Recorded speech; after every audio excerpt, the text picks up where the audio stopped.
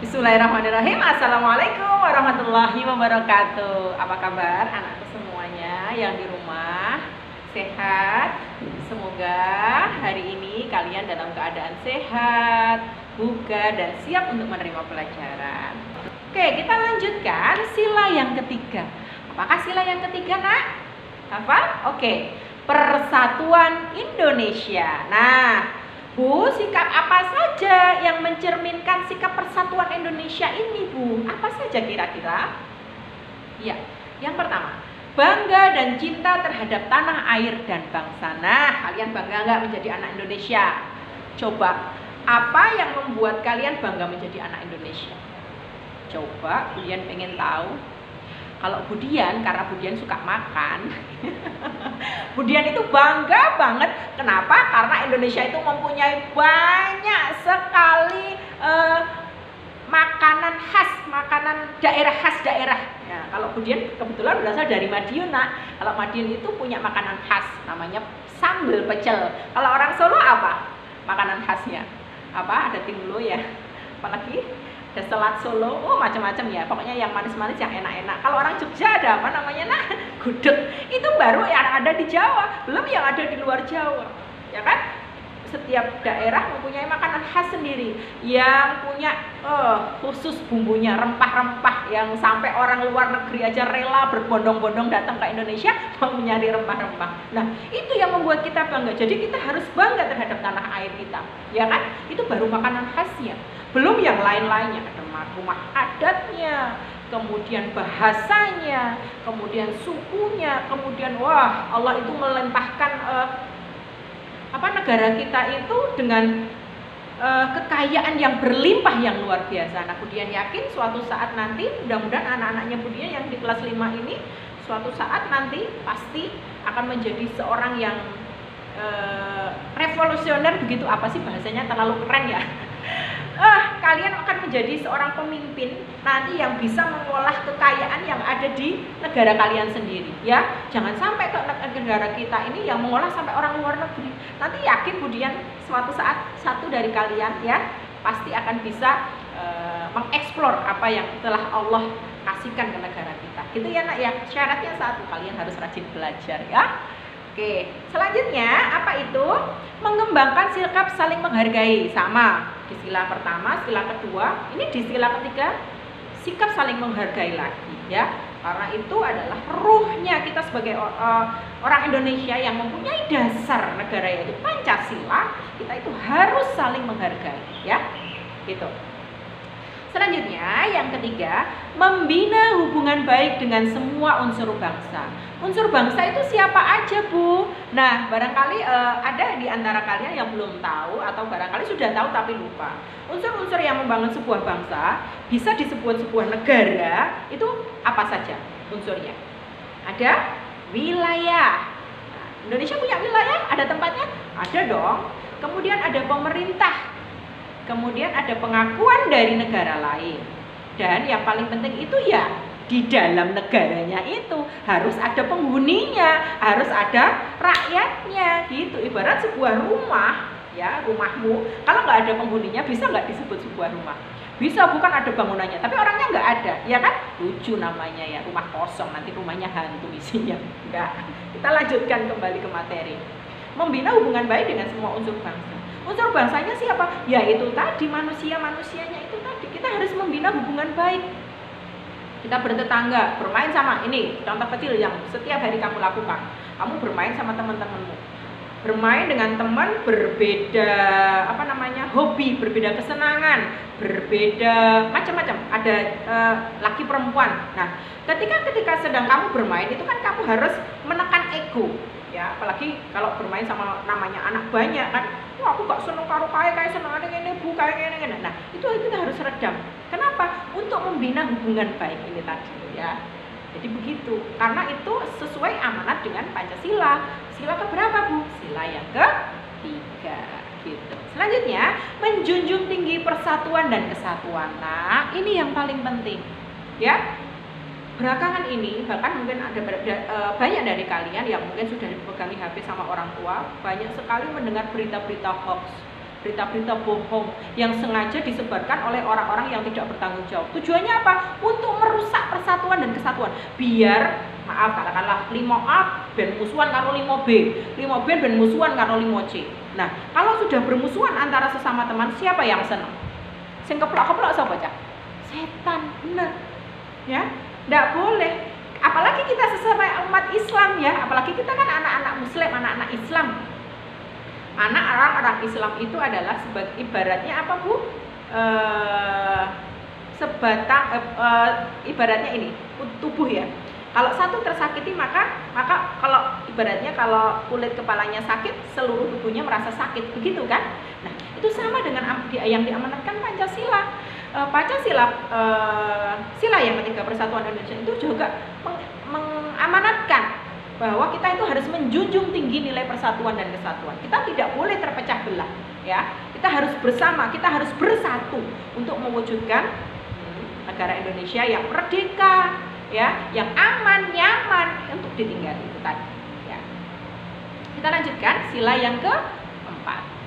Sila yang keempat apa? Sila yang keempat yaitu kerakyatan yang dipimpin oleh hikmat kebijaksanaan dalam permusyawaratan perwakilan. Nah, contohnya apa Bu? Nilai-nilai apa saja yang terkandung di dalam sila yang keempat? Yang pertama, selalu mengutamakan musyawarah dalam menyelesaikan masalah. Nah, ini nak sayang sekali ya, karena kita hari ini belum bisa kembali berkumpul di kelas. Kita belum bisa melaksanakan musyawarah pembentukan pengurus kelas, kita belum bisa kan? Tapi tidak apa-apa, insya Allah nanti Allah gantikan ya. Insya Allah nanti mudah-mudahan pandemi ini segera berlalu biar kita segera bisa kembali ke sekolah, kita kembali ke kelas berkumpul bersama teman-teman. Nanti insya Allah kita bisa melaksanakan yang namanya musyawarah. Nah, Pancasila juga mengamanatkan ini. Nah, kalau ada permasalahan, kalau ada masalah, ini lebih baik diselesaikan secara musyawarah untuk mencapai mufakat, ya, gitu. Jadi misalkan nanti kebetulan kelas 5 insya Allah mau outing kelas atau mau outbound atau mau piknik, kita musyawarahkan baiknya kemana perginya, gitu ya. Jadi tidak ini wae menurutku apik, enggak boleh. Jadi segala sesuatu kalau bisa itu dimusyawarahkan. Gitu juga dengan bu guru kita nak, bu guru kelas 5 ini kebetulan kan ada wali kelasnya ada 3, pendampingnya ada 3, kita berenam. Kita selalu harus sering bermusyawarah supaya apa? Bisa menampilkan video yang baik ini buat kalian semua. Gitu. Ini contohnya real, nyata. Yang kedua, menghargai hasil musyawarah. Kalau sudah bermusyawarah, ya, hasilnya apa? Itu harus dilaksanakan. Misalkan Budian usul, ternyata tidak diterima di forum di musyawarah. Budian nggak boleh sakit hati, nggak boleh marah. Tapi apa yang harus dilakukan? Harus mengikuti hasil musyawarahnya. Apa sih keputusannya tadi? Ya itu yang harus dilaksanakan. Wah, mergo ideku gak dinggo, aku wis wegah, aku pokoknya ramai lu. Oh, enggak boleh seperti itu. Karena itu tidak diamanatkan oleh Pancasila. Pancasila mengamanatkan kepada kita sebagai warganya untuk selalu mengedepankan menghargai hasil musyawarah apapun itu. Karena sesuatu yang dimusyawarahkan pasti itu sudah menimbang baik dan buruknya. Gitu. Oke? Selanjutnya yang ketiga, ikut serta dalam pemilu, pilpres, pilkada. Kebetulan kalian semua belum nak, karena kalian semua usianya masih di bawah 17 tahun. Nanti kalau kalian sudah gede, sudah punya KTP, kalau sekarang kan masih punya KIA. Nah, nanti kalau udah gede, udah usia 17 plus, ya, kalian kan sudah punya KTP. Nah, kalian akan mendapatkan hak untuk itu, pemilu, pilpres, pilkada. Tahu pemilu kepanjangannya dari apa? Pemilihan umum. Pilpres pemilihan presiden, pilkada pemilihan kepala daerah. Selanjutnya, tidak memaksakan kehendak kepada orang lain. Nah, ini yang sering terjadi kalau kalian nanti kembali ke sekolah. Beberapa kali Budian pernah mendengar ini jauh sebelum pandemi kemarin ya. Jadi ketika anak-anak masih bisa bersekolah. Weh, kowe tukune es iki wae, iki enak. Ngono gak tuku iki rata bola weh. Nah, itu enggak boleh nak sayang ya. Itu bertentangan dengan sila Pancasila. Kita memaksakan kehendak kepada orang lain itu enggak boleh. Biarkan orang lain memilih sesuai kehendaknya, keinginannya. Walaupun itu teman dekat kita, ya. Kita itu bolehnya hanya memberi saran. Misalkan dia bertanya, iki karo iki api endi? Nah, kita boleh memberi saran. Tetapi ketika menghendak, kowe pokoke kudu iki gak tak bolong. No, itu tidak boleh. Karena itu bertentangan dengan sila Pancasila, utamanya sila yang keempat. Oke. Selanjutnya sila yang kelima. Nah, sila yang kelima apa ini? Bagaimana bunyinya sila yang kelima? Keadilan sosial bagi seluruh rakyat Indonesia. Nah, apa saja yang sikap yang mencerminkan ini? Yang pertama, menjunjung tinggi semangat kekeluargaan dan gotong royong. Nah, ini satu hal yang paling penting yang harus kita syukuri. Nah, dengan adanya pandemi ini, kemudian kemarin ada kebijakan bahwa napi-napi, seluruh napi di Indonesia dikeluarkan dari penjara ya. Akhirnya banyak maling di kampung-kampung gitu ya. Nah, akhirnya semangat kekeluargaan dan gotong royong ini terlihat dari situ. Di setiap kampung ada ronda malam. Ini loh kekuatan kita. Ternyata di balik musibah ini Allah memberikan hikmah yang luar biasa ya. Sebelumnya pos kampleng hanya bentuknya aja, kadang diisi, kadang ronda, kadang enggak gitu ya. Tapi karena adanya pandemi kemudian banyak maling, akhirnya pos ronda ini setiap malam rame. Bapak-bapak sudah ronda tiap malam. Ini hikmahnya ya. Ternyata itu juga diamanatkan oleh Pancasila, nak, utamanya sila yang kelima. Yang kedua, peduli terhadap penderitaan yang dialami oleh orang lain. Contohnya itu tadi sudah sampaikan kemudian di sila sebelumnya tadi ya, sila kedua. Kebetulan ini bagian tubuh kita, nak, teman-teman kita yang ada di Luwu, di mana itu Bu? Di Maluku ya Bu ya. Nah, itu sedang mengalami bencana, sedang diuji sama Allah mereka, nak, teman-teman kita yang ada di Luwu sana mengalami banjir bandang. Nah, itu korbannya tidak sedikit. Nah, biasanya kalau kita berada di sekolah kita bisa mengadakan yang namanya bantuan gitu ya. Kita sementara ini kalau karena belum bisa bertemu, kita bantu dengan doa, nak. Tapi kalau misalkan orang tua kalian atau kalian mempunyai rezeki yang berlebih, kalian bisa loh memberikan bantuan atau donasi kalian kepada badan-badan penerima bantuan untuk disalurkan ke sana gitu ya. Banyak sekali sih jalan untuk menuju itu, untuk mewujudkan rasa peduli kita terhadap penderitaan orang lain gitu ya. Selanjutnya yang ketiga, menghormati hak-hak orang lain. Nah, haknya apa saja? Orang lain itu punya hak untuk merasa aman, nyaman. Ini yang sering kita rasakan di masyarakat ya. Ketika kita berada di perumahan, waktunya kita istirahat siang, tiba-tiba ada yang nyetel musik kenceng-kenceng. Nah, kita merasa terganggu nggak? Terganggu kan? Apalagi ada adik kecil yang waktunya tidur, kemudian ada tetangga yang main nyetel musiknya kencang aja. Wah, kita merasa ya Allah, ini orang nggak ada ininya banget ya. Nah, itu nggak boleh. Kita harus menghormati hak-hak orang lain. Ketika teman kita yang hari Minggu beragama Katolik atau yang beragama Kristen harus melaksanakan peribadatan, kita nggak boleh seenaknya sendiri teriak-teriak berada di depan rumahnya, atau mungkin di lingkungan kita ada gereja, kita teriak-teriak, main petasan kata itu tidak boleh, karena itu bertentangan dengan sila Pancasila, utamanya sila yang kelima. Selanjutnya, tidak bergaya hidup mewah. Nah, walaupun memang ya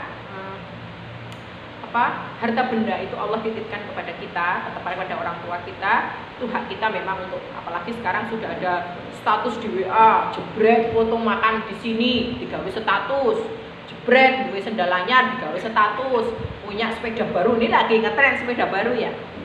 Wah, kita bergaya hidup mewah digawe status biar orang lain tahu. Walaupun kemudian tahu mungkin mungkin niat kalian bukan untuk itu ya. Mungkin niatnya untuk bersyukur karena sudah dikasih nikmat sama Allah. Tetapi ternyata Pancasila itu mengamanatkan, utamanya sila 5, untuk tidak bergaya hidup mewah. Walaupun kita punya, nak, ya, kita harus hidup sederhana, nggak boleh bermewah-mewahan ya. Karena di samping kanan kiri kita, di sekitar kita banyak sekali orang-orang yang tidak seberuntung kita. Maka rasa empati kita ini harus selalu dibina gitu. Nah, kira-kira pelajaran hari ini cukup sekian ya. Jadi kita tadi sudah belajar tentang nilai-nilai yang terkandung di dalam sila-sila Pancasila ya. Jadi pesannya sebelum Budian akhiri, Budian ingin berpesan kepada kalian semua, kalian di rumah jadi anak yang baik dan biasakan untuk selalu melaksanakan amanat yang disampaikan oleh sila-sila dalam nilai-nilai yang ada di dalam sila-sila Pancasila itu tadi, ya. Mulai dari hal-hal kecil, gitu. Kurang lebihnya Budian mohon maaf. Barangkali tadi Budian ada kepleset omongannya ya, ada yang menyinggung perasaan kalian. Budian mohon maaf. Apabila ada kebaikan itu datangnya dari Allah. Nanti apabila ada kekurangan Budian mohon maaf. Itu dulu. Insya Allah kita sambung di video-video berikutnya. Kurang lebihnya mohon maaf. Assalamualaikum warahmatullahi wabarakatuh.